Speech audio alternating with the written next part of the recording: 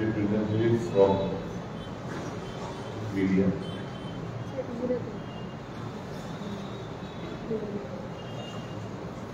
পশ্চিম ত্রিপুরা লোকসভা নির্বাচন সম্পন্ন হয়েছে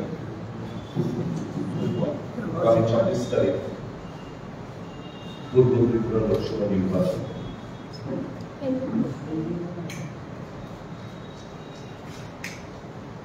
আমার মনে হচ্ছে নির্বাচনের সাথে যারা জড়িত আধিকারিকরা এরা হয় কানে শোনে না বা বোমা।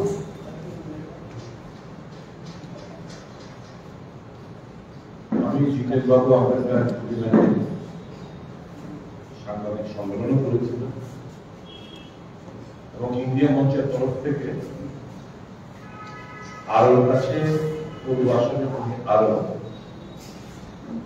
আরোর কাছে লিখিত আকারে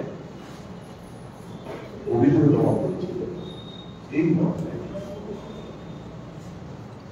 যে যিনি পূর্ব ত্রিপুরা আসনে ভারতীয় জনতা পার্টির প্রার্থী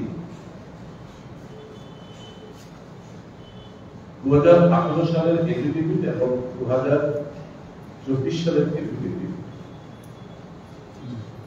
থেকে পরিষ্কার যে উইথ এ ম্যানিফেস্ট ইন্টেনশন এই ক্যান্ডিডেট অন্যায় ভাবে এবং রাজনৈতিক লাভালাভের কথা মাথায় রেখে ওই ক্যান্ডিডেট উনি ওনার সামনে কর্ম হিসেবে জমা দিচ্ছেন।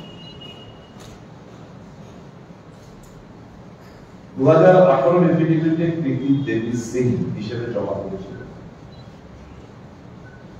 এবং ওখান থেকে নির্বাচনে দাঁড়াতে গেলে certified copy of the electoral roll এনে জমা দিতে হয়।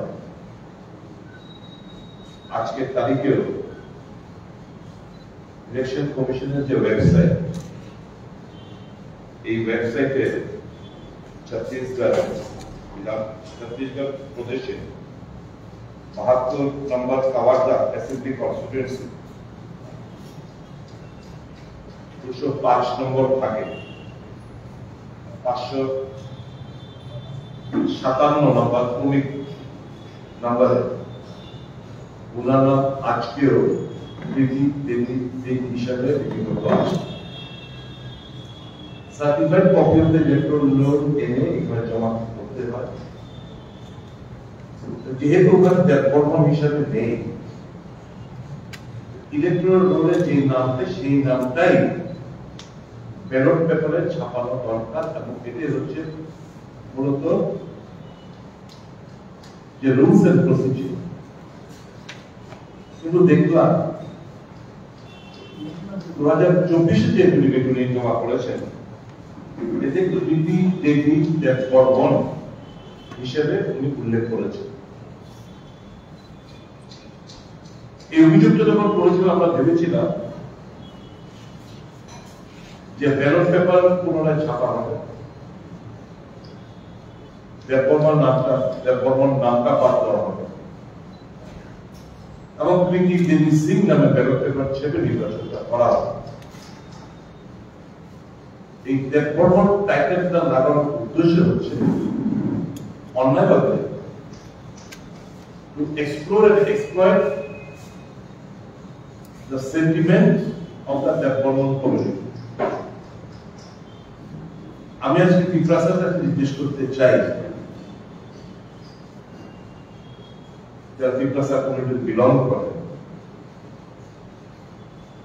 যদি ছত্তিশগড়ে কি কারণে উনি দেববর্মন টাইটেলটা রাখলেন না, নিশ্চয়ই লজ্জাবোধ হয়েছে। নিশ্চয়ই লজ্জাবোধ হয়েছে। কৃতি দেবী সিং দেববর্মা কিংবা কৃতি দেবী দেববর্মন সিং লিখতে পারত। ওনার প্যান কার্ড, আধার কার্ড যাই আছে সমস্ত কিছু কৃতি দেবী সিং। হঠাৎ করে নির্বাচনে এফিডেভিট জমা দেওয়ার সময় এই অশুভ একটা আতা নির্বাচন কমিশনের এখানকার আধিকারিকরা একটা ডেকেন ডাউন করল এই কারণে যে সবটা জেনে শুনে তারা এই অন্যায় কাজটি করেছে। আজকে আমাদের সর্বভারতীয় কংগ্রেস দলের তরফ থেকে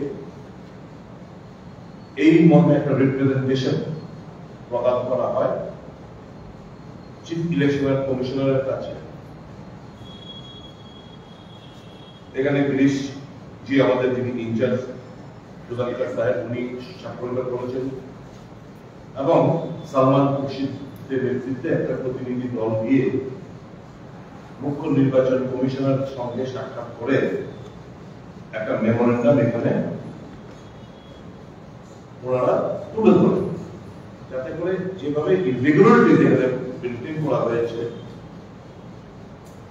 সেটা খুব গুরুতর এবং নির্বাচন কমিশন এখানে যারা আধিকারিকরা আছে তারা যে কোনো কারণেই হোক, প্রেশারের কারণেই হোক, অন্য কারণেই হোক, এই যে অন্যায় কাজটা করবেন তার বর্ণন নামটা এখানে দিয়ে ব্যালট পেপার চাপিয়ে to give an extra mileage to the candidate to explore and exploit the sentiments of the tribe, এটা মারাত্মক গুরুতর অপরাধ বলে আমরা মনে করি।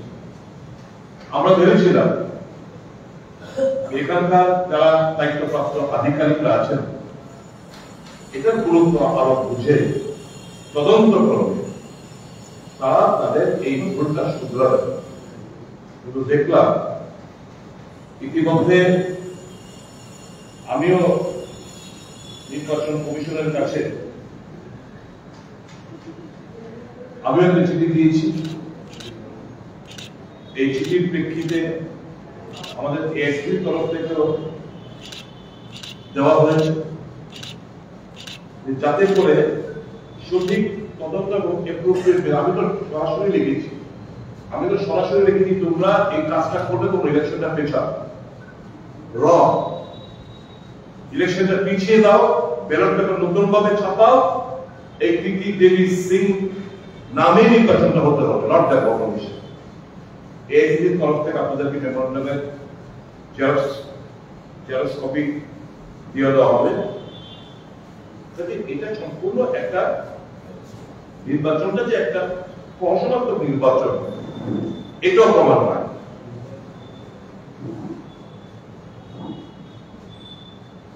পশ্চিম ত্রিপুরা লোকসভা নির্বাচন আমাদের অভিজ্ঞতা দিতে হচ্ছে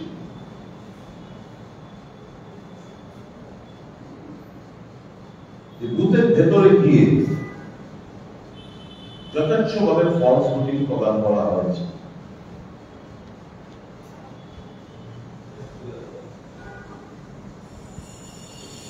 বিভিন্ন জায়গা থেকে লোক এনে ভিড় করে একটা বিরাট অংশের ভোটারদের তাড়িয়ে দিয়ে যে প্রতিনিধি দেয়,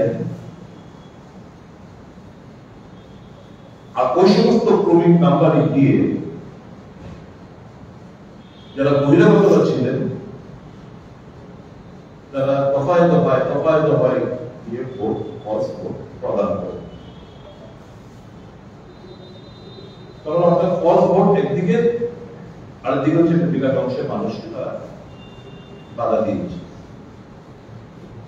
যার প্রেক্ষিতে ভোট পার্সেন্টেজটা যদিও এখন ব্যাখ্যা দিচ্ছে যে ইলেকশন ডিউটির দায়িত্ব প্রাপ্ত যারা এখানে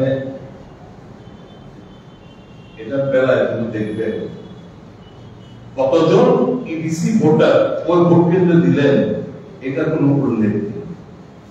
এই জাস্টিফিকেশন দিচ্ছেন নির্বাচন কমিশনের তরফ থেকে। আমি হামলি রিকোয়েস্ট করব যে সমস্ত জায়গায় 103-109% ভোট পড়েছে, কত সংখ্যক ইডিসি এখানে ভোট পড়েছে সেটাও জানা।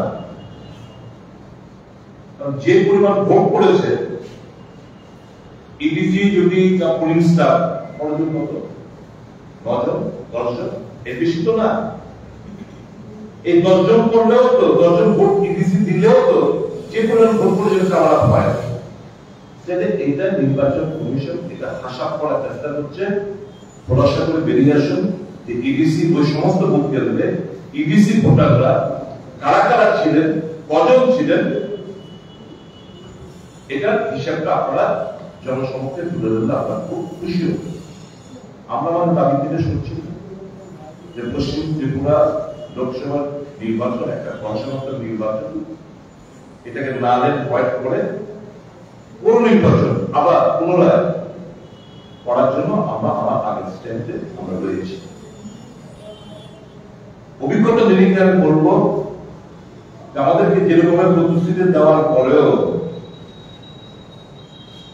মানুষকে আশ্বস্ত করার পরেও যে ভোট দিন হয়ে দিতে যায়, ত্রিস্তরীয় সিকিউরিটি লেয়ার থাকবে, দেখলাম সেই ত্রিস্তরীয় সিকিউরিটি লেয়ার নেই। রাস্তার মধ্যে কোথাও পুলিশ নেই।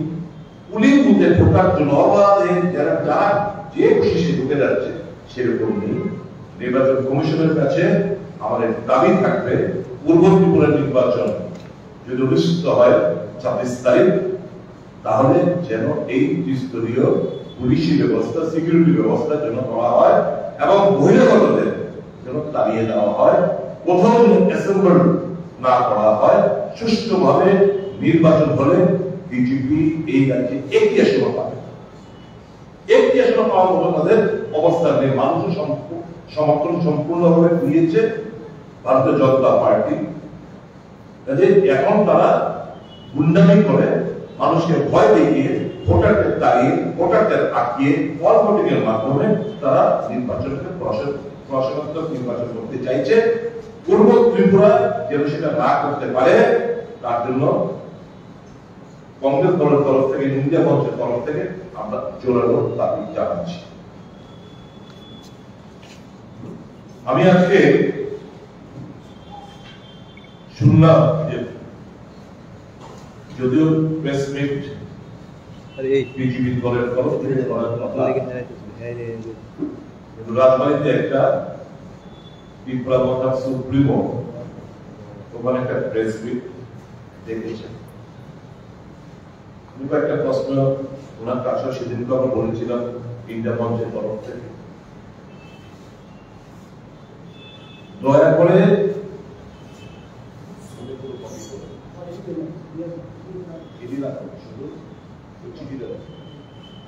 শুধু একটি প্রশ্ন উত্তর দিই।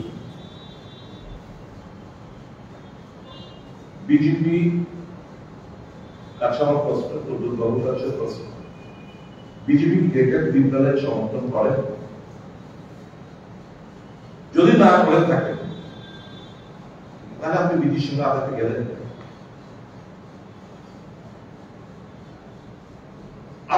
আপনার বোন বিজেপির সঙ্গে বিজেপি প্রার্থী হল কি কারণ?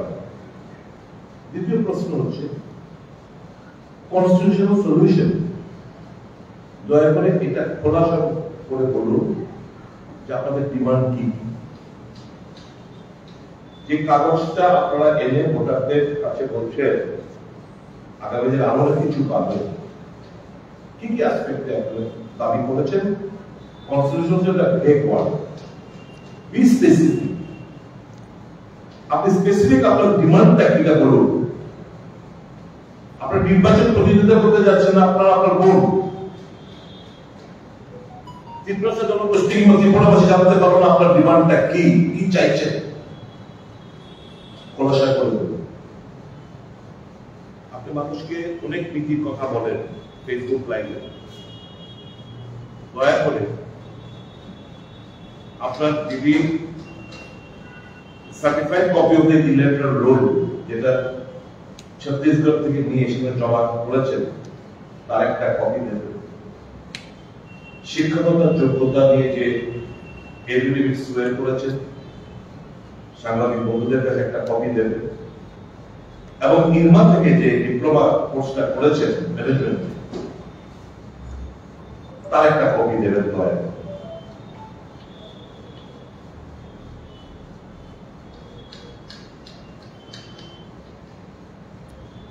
আমার প্রত্যাশা থাকবে এই নির্বাচন সুষ্ঠুভাবে সম্পন্ন হবে।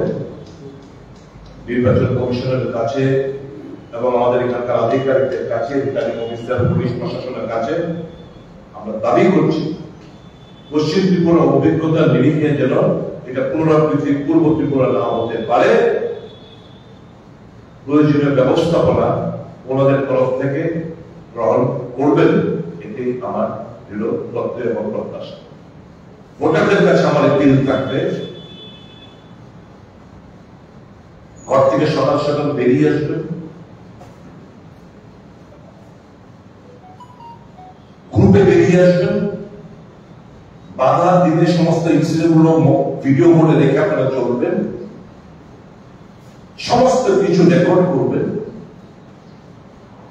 পুলিশ প্রশাসনের হেল্প নেবেন, বাধা দিলেও আপনাদের ভোট কেন্দ্রে পৌঁছতে হবে, ভীরু হয়ে বাড়িতে ফিরে যাবেন না। আপনার অধিকার, সেই অধিকারটা রক্ষা করার দায়িত্ব যেমন আমাদের, আপনাদেরও সবাই মিলেই এই অশুভ শক্তি আমাদের পতন সুনিশ্চিত করতে হবে। দিশেহারা, হতাশাগ্রস্ত ভারতীয় জনতা পার্টি, তাই প্রধানমন্ত্রী সহ এই রাজ্যের নেতারাও আবল তাবল বলে বেড়াচ্ছে। বিভাজনের রাজনীতি,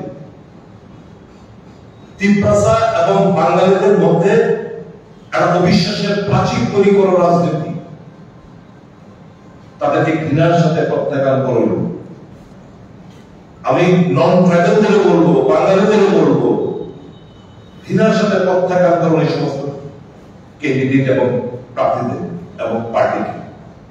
তিপ্রাসাদের বলবো, ঘৃণার সাথে প্রত্যাখ্যান করুন যারা আপনাদের সরলতাকে পুঁজি করে, আপনাদের ব্যবহার করে তারা নিজের ফায়দা লোটার চেষ্টা করেছেন, তাদেরকে ঘৃণার সাথে প্রত্যাখ্যান করুন। Don't show any mercy. They have literally exploited your simplicity.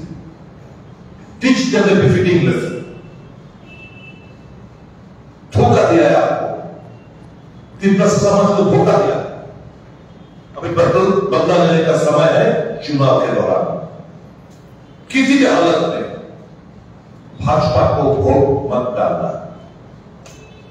वहां पे जो कैंडिडेट है इंडिया मंच का राजेंद्र रियान को व्यापक मात्रा में वोट करिए ताकि एक विशाल व्यवधान में उसका जीत सुनिश्चित हम लोग कर पाए। बहुत बहुत धन्यवाद। अपने কোনো প্রশ্ন থাকলে আপনারা করতে পারেন। দাদা, আমরা দেখেছি কোয়াইয়ে দাঁড়িয়ে রতনলাল থেকে আবেদন করেছিলেন যে 52টি বুথের মধ্যে কোয়াই বিধানসভা কেন্দ্রে যে বুথ সর্বোচ্চ ভোটে রেখে পাবে তাকে সেই বুথে তিনি ব্যক্তিগতভাবে 2 লক্ষ টাকা দেবেন, এবং এটা প্রকাশ্যে এসেছে এবং আরো অনেক আবেদন প্রকাশ্যে আসবে। নির্বাচন কমিশন কি এখনো পর্যন্ত রতনলালের বিরুদ্ধে কোনো ধরনের ব্যবস্থা খবরের কাগজে দেখেছি এই ব্যাপারে ওনাকে শোকজ করেছে, খবরের কাগজে দেখেছি। আমাদের কাছে যদি আমরা কমপ্লেন করেছি, কংগ্রেস তরফ থেকে করা হয়েছে, সিপিএম তরফ থেকে হয়েছে, ইন্ডিয়া মঞ্চের তরফ থেকে করা হয়েছে। কি অ্যাকশন নিয়েছে, কি করছে না করছে এখন আমাদেরকে কিছু জানাই, বাট আমরা আশা করব সিভিয়ার ভায়োলেশন অফ বোর্ডের পদক্ষেপটা এবং আইন মোতাবেক প্রয়োজনীয় প্রসিডিং ইলেকশন কমিশনের কাছ থেকে ড্র করা হবে, সেটা আমরা প্রত্যাশা করি। আর বিপ্লব দেব একটা অভিযোগ করেছিলেন, তিনি সরাসরি বলেছেন যে তিনি এই নির্বাচনের পর আপনাকে ব্যক্তিগতভাবে কত ফুট মাটির নিচে দাবিয়ে দেবেন, এই ব্যাপারে আপনার কি প্রতিক্রিয়া? আনকালচার একটা পলিটিশিয়ানের কাছ থেকে এর থেকে বেশি কিছু প্রত্যাশা করাটা আমাদের ভুল হবে। তবে এটা হতাশার বহিঃপ্রকাশ, তার আপব্রিঙ্গিং এ শৈশবকাল থেকে তাকে যেভাবে বড় করা হয়েছে তার বহিঃপ্রকাশ, তার শিক্ষাগত যোগ্যতা কিংবা শিক্ষাগত এরকমটাই সে গ্রুমিং হয়েছে, যেটা বহিঃপ্রকাশ। এবং সর্বোপরি আমি মনে করি, আমি ব্যক্তিগতভাবে কোনো মন্তব্য করতে চাই না, এই কথাটা এই প্রথমবার আমার বিরুদ্ধে ব্যবহৃত হয়েছে তা নয়, এটা এখন ওনার লব্ধি হয়ে গেছে। কারণ এই কথাটা ওনার বেটার হাফের, ওনার যে বেটার হাফ, ওনার তো সেম ভাবে উনি বর্তমানে ধমকাচ্ছেন, প্রেশারাইজ করছেন, যার রিফ্লেকশন আপনারা পেয়েছেন। এই প্রচারকালে বেকার হাত উনি আসেন। এখন আমাকে মাটির মধ্যে গুঁতোনোর আগে মানিক সাহেবকে ধন্যবাদ জানাব, রাজনৈতিক ভাবে যে ওনাকে খবর দিয়ে দিয়েছেন, রাজনৈতিক ভাবে ওনাকে যে পুঁতে দিয়েছেন, আমি মানিক সাহেবকে ধন্যবাদ জানাব। এর বেশি কিছু বিদ্যা বলা তিনি কথা বলছেন।